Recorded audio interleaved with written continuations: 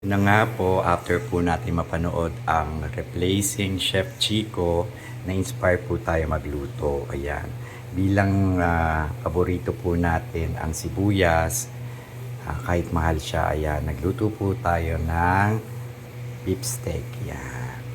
Beef yan na napaka nipis po ng kanyang pagkahiwa. Ayan. Kasama yan ng sibuyas. Yan. Medyo hilaw pa yung sibuyas.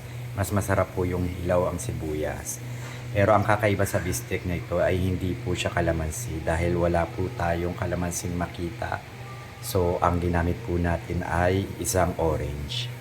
Ayan. So, prito lang po natin sa butter. And then, after pagka-prito, ay ibalik po natin, igisa ang sibuyas. And then, ibalik po natin ang karne at sa kanyang pinagbabaran. Ayan na po ang ating bistek.